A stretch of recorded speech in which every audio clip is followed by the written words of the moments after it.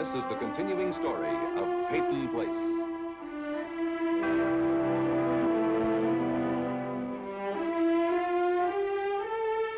Starring Dorothy Malone as Constance Mackenzie, Ed Nelson as Michael Rossi, Mia Farrow as Allison Mackenzie, Ryan O'Neill as Rodney Harrington, Barbara Parkins as Betty Anderson, Tim O'Connor as Elliot Carson, Christopher Connolly as Norman Harrington.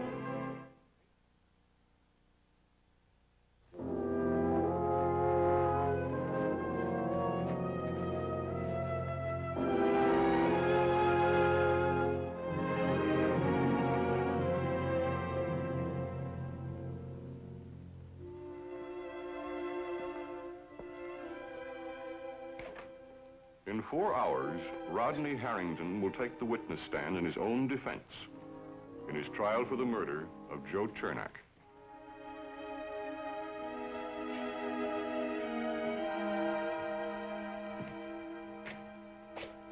You too?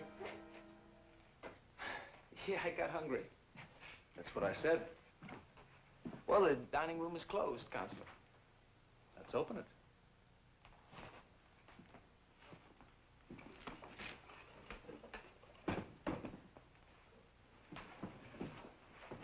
Good morning. Morning, Mr. Carr. Could we have some coffee and some eggs when you have a chance? Oh, sure thing.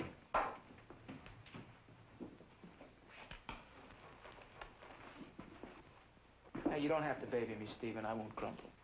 No nerves? Yeah, only about 175 pounds worth. Good. If you said you weren't scared, you'd be a liar or a fool. Neither of which will do us any good today. Hey, you know, my freshman year of high school, I made the second-string football team, but I never got in the game. I kept yelling about how I wanted to get in that game, just for one play, one play. You want to know a secret? I was glad I was on that bench. I was scared. I was scared that if I did get in the game, I'd fumble the first ball that came my way. And you know something? I was right. First time in the game, I froze. I couldn't find the handle. And when I think about getting on that witness stand, can I find the handle? The words to set all this straight. One fumble. It's the bench for good. Hey, you guys ought to knock off all the noise. I can hear you all the way over in the apartment. What are you doing here? Well, I found out Rita's a heavy sleeper and a light shopper. Even I can't cut beef stew and tomato paste for breakfast. Pull down a chair and join the club. Hey, aren't you the guy they used to call Sticky Fingers Harrington? The guy with the iron grip and silver tongue? That's me. Only you should see Stella Chernak in action. Now there is a professional. She lied. Oh, but was she convincing, Stephen? To the judge, the jury? Then today you do it better. You take Stella and her lies and knock her out of the game. That's what it boils down to, doesn't it? Can I tell the truth as well as Stella lied?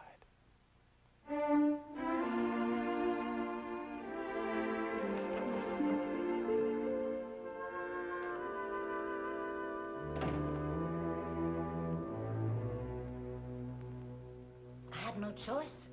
I couldn't run. There was no place to hide, so... Surprise. Not really, Stella. You're very consistent. You always do the unexpected. Well, that leaves you. You're going to confound the experts. You're going to slam the door in my face. You're my research assistant. There's work to be done, and at this point, you're the only one that can do it. I knew my unique filing system would come in handy someday.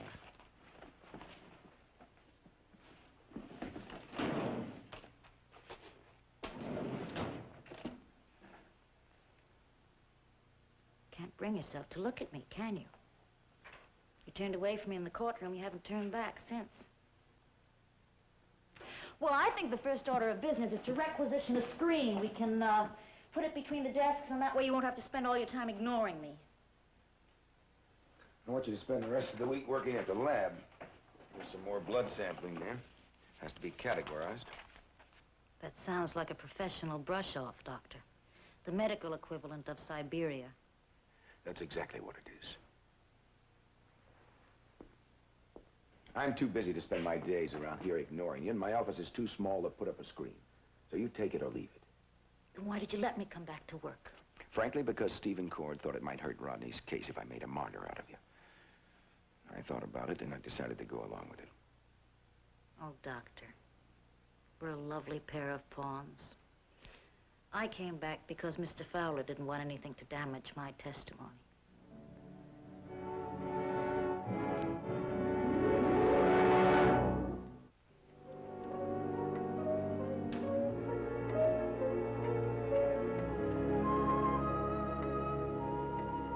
Your devotion to duty warms my heart, Miss Anderson. Oh, good morning, Mr. Peyton. You're about 2 hours earlier than you have to be. And you're up about 2 hours earlier than you have to be. Then we're both guilty of the ultimate sin. Failure to conform to the clock. What a crime it is that such an impersonal mechanism should govern our lives so completely. Would you like the heat on? No. Can I get you anything? About 20 more years. Think you can manage that, Miss Anderson? Oh, stop puttering about. You're not the housekeeper. I don't mind. I do. If you'd rather be alone. I'd say so. You've been seeing my grandson, Rodney. What? I said you've been seeing my grandson, your former husband. He drove you back here the day you testified. You went up to his room on his birthday. Mr. Peyton, I'm not quite in the mood for another interrogation. Feeling sorry for him? Is that what it's been? Thought he needed a shoulder to cry on? No. Then why? Because I wanted to. Ah. You care about my grandson? Yes. Suppose you think I'm ridiculous. No, Miss Anderson. I think you're one of the few people left who hasn't turned into a clot watcher. Maybe I haven't learned my lesson yet. Don't.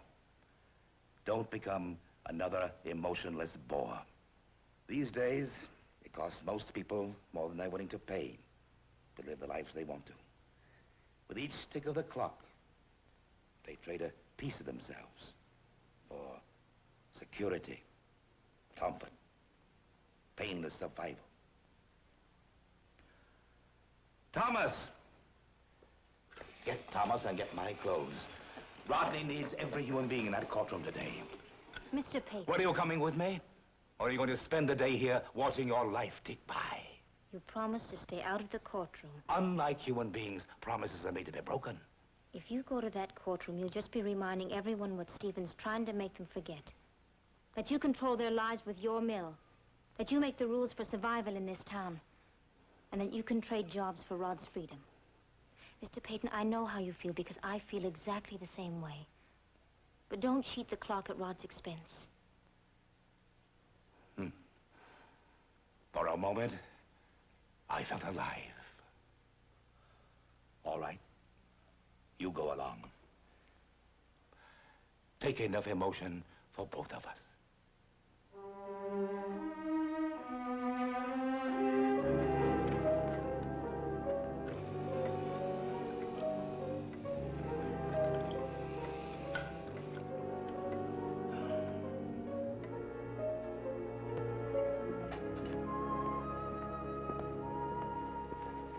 It's late. I thought I'd give you an extra few minutes. Court convenes in an hour. It's almost ready. Want some juice? Yes, fine. What's going on today? In court, that is. Rodney is going to testify. Isn't that dangerous? It's the lesser of two evils. If he doesn't do it, Stephen doesn't have a case, but if he does do it, he leaves himself wide open for Fowler's hatchet. Now, it's the lesser of two evils. You know, Connie, I've been thinking about... Well, I want to discuss it with you first. What have you been thinking about, Ellie? About sending Allison away. Oh, not far, just to Boston, to someplace that has experience with this sort of thing. What do you mean, this sort of thing? Like refusing to remember her father. Refusing to face the realities of her life.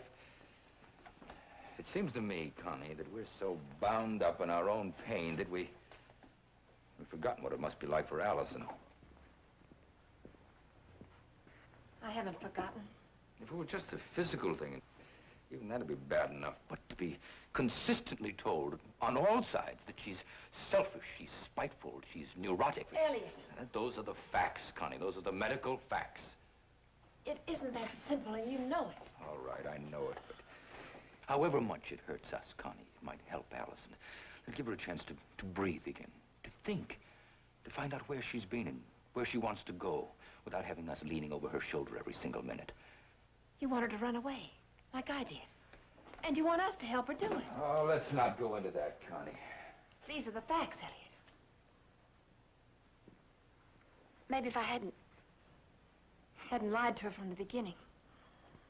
If I hadn't bought that 5 and dime picture and put it in a gold frame and put it up on the mantel and said to her, there's your father. Above reproach, like your mother, and like you are. Maybe if I hadn't built a wall around her of safe, sterile, meaningless pictures, maybe she What wouldn't... is it you want? Finally to be told that what you did was wrong. Is that why you're constantly bringing it up? You want to be told to have your wrists slapped and to be told that you were naughty? Will that make everything perfect again? Let me ask you something. Supposing I'd been a farmer from White River or a shoe salesman from Detroit instead of a convicted murderer, would you still have built those walls and told those lies?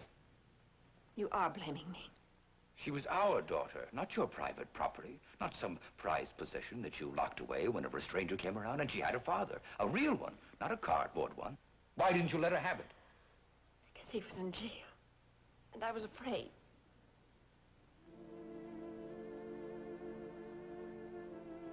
Connie, I've always been afraid that this might tear us apart. We mustn't let it do that.